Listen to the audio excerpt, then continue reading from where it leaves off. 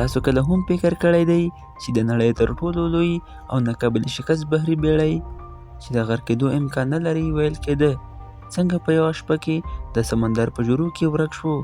یو داسې بیړۍ چې د خپل غرور په یوه شیبه کې په تباهۍ بدل شو. نو په دې ویډیو کې موږ تاسو سره د دې زړه بوږونکي سفر ته ځو چیرې چې تاسو هره شیبه کې نوي رازونه او نوي سوالونه مومئ. دا کیسه پیل کېږي د 10 اپریل 1912 په سهار کله چې د نړۍ تر ټولو لویه بیړۍ ټایټانیک خپل لومړی سفر پیل کړ.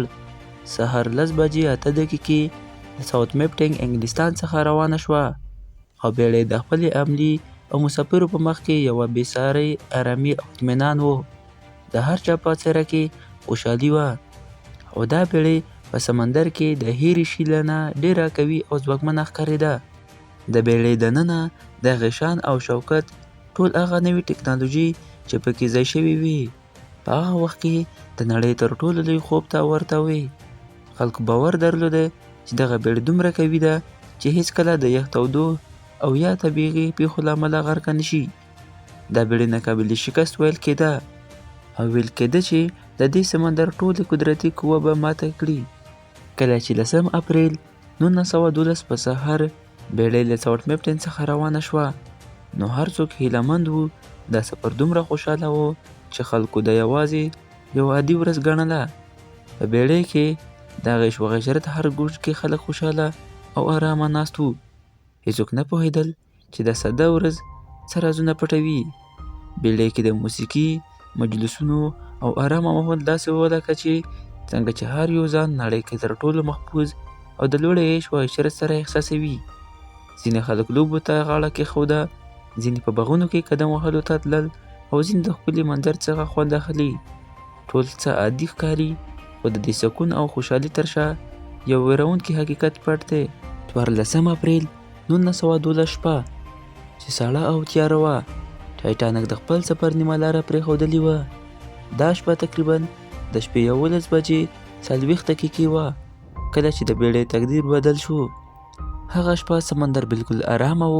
د سپوږمۍ نرمه رڼا د سمندر په سطحه څپېره شوې وه او بیړۍ په معمول سرعت روانه وه.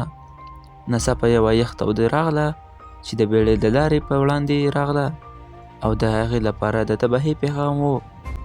د یخ تودې سره ټکر وروسته بیړۍ کې د رازونه څرګند شول او اوبه په بیړۍ کې داخلې شوې. هغه وخت بیړۍ کې عمله مسافر او د بیړۍ محافظین ټول حیران شول. د څو شېبو کې بیړۍ په خپل تقدیر پوهه نه شوه. 11 بجې 40 دقیقې د یخ تودې سره ټکر کېدو وروسته بیړۍ خپله خپه په اوبو کې ورکول پیل کړل. هغه وخت بیړۍ عمله، مسافر او د بیړۍ ټول محافظین حیران شول.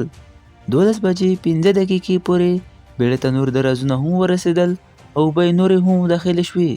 بیړۍ تقریبا بشپړه غرقه شوې وه او د خلکو غږونه، ژړاګانې او چغې د دې داروین شهیدانو لخوا پورته کېدې.